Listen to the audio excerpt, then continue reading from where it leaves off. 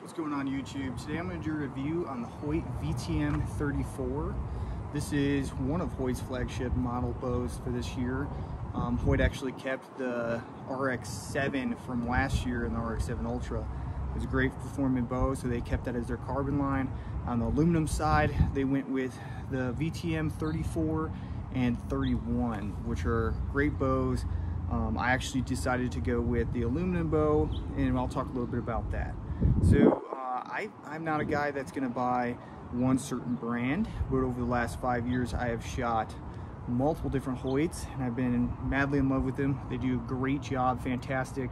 They shoot straight, super durable. Now, that being said, all the Hoyts I have owned in the last 5-6 years have all been carbon. I ended up going with the aluminum bow this year because they came out with this one. It was actually shot so good at the dealer. I was like, wow, I think that's worth it. And it's so close to the RX-7 that I'll save the extra money and just go with the aluminum model. That being said, do I kind of wish I spent the extra money and just went carbon? Yes. The carbon bows are super efficient, but they shoot so similar.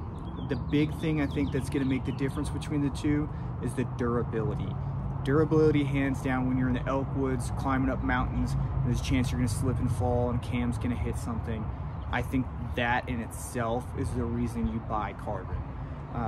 The aluminum bow, if you're okay and you think that you're going to be solid walking around through the woods with the aluminum bow, I would totally go with the aluminum bow too.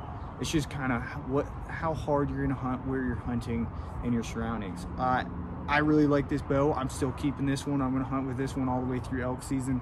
It's a fantastic bow. Hunted with turkey with it this year. So let's get into it a little bit. So this is their 34 model. That just means axle to axle. It's going to be 34. It's exactly axle to axle on their website is actually 33 3/4. So just under 34. I like a longer axle to axle bow. I'm 6'2½", so I like to have that little bit of better string angle, and I just shoot the bow more efficiently with a longer axle to axle bow. So this bow, IBO, you're pushing 334, and when they run IBO, it's normally 29 inches of draw at 70 pounds. So you're looking right about 334. With a hunting setup like mine, I'm shooting closer to the 300 mark, and I'll show you my arrow here in a second. Brace height, you're looking at right about 6 3/4. Okay. Now they are advertising that it's 4.8 pounds. Now that is with nothing on it. That includes this little stabilizer take, that off, all these rubber dampeners, all that off is 4.8 pounds. Now you might say 4.8 pounds, that's very light. It's only about 10 ounces of a difference between the carbon and this one. You do notice it. You can definitely feel the difference if you shoot the two side by side. The RX-7 definitely is lighter, and it just feels lighter than the VTM. That being said, I really like the extra 10 ounces just because it balances better when you're at full draw. Having that little bit extra weight forward, I'm perfectly okay with it. Now, draw, you're going to be able to go from 26 all the way up to 31 inches of draw. Okay, and your draw weight all the way from 30 pounds, excuse me, all the way up to 80. Now, if you're one of them big guys that like to shoot 80 pounds, it makes perfect sense to go to with this bow and do 80-pound limbs. I got a good buddy that's got 80-pound limbs on his, and he's just throwing a good, heavy, over 500 grain arrow through the tachometer really well. So I would 100% would definitely go with that. But if you're somebody that shoots typically a bow at 70 pounds and you end up wanting to go with the VTM, I would actually bump up and order the 80-pound limbs. Reason being is it shoots so smooth and the draw cycle is easy to come back.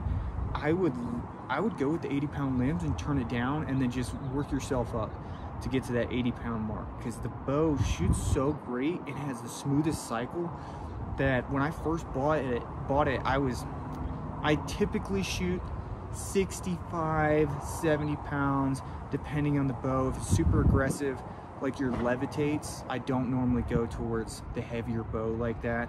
I normally go to the 65 mark.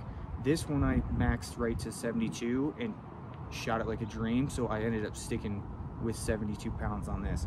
So if you think you can do a 70-pound bow, I would just turn it up, go to that 80-pound mark, shoot the bow, and be happy with it.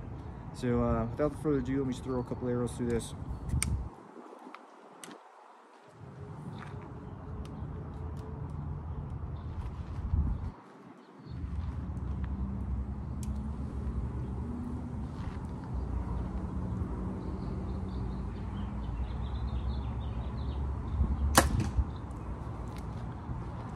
Super quiet, super smooth, great bow.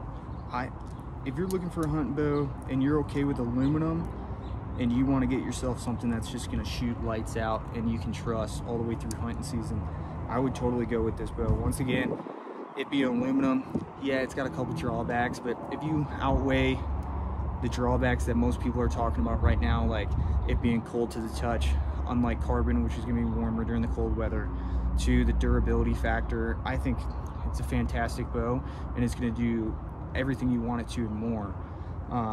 If you're a hardcore backpack hunter, yeah, spend the extra money, go with the carbon bow. But if you're, okay, cool, I'm going to go in the backcountry, but I know I'm going to take good care of my gear, and I'm going to be able to run a gun, I'd go with it. This thing's really nice.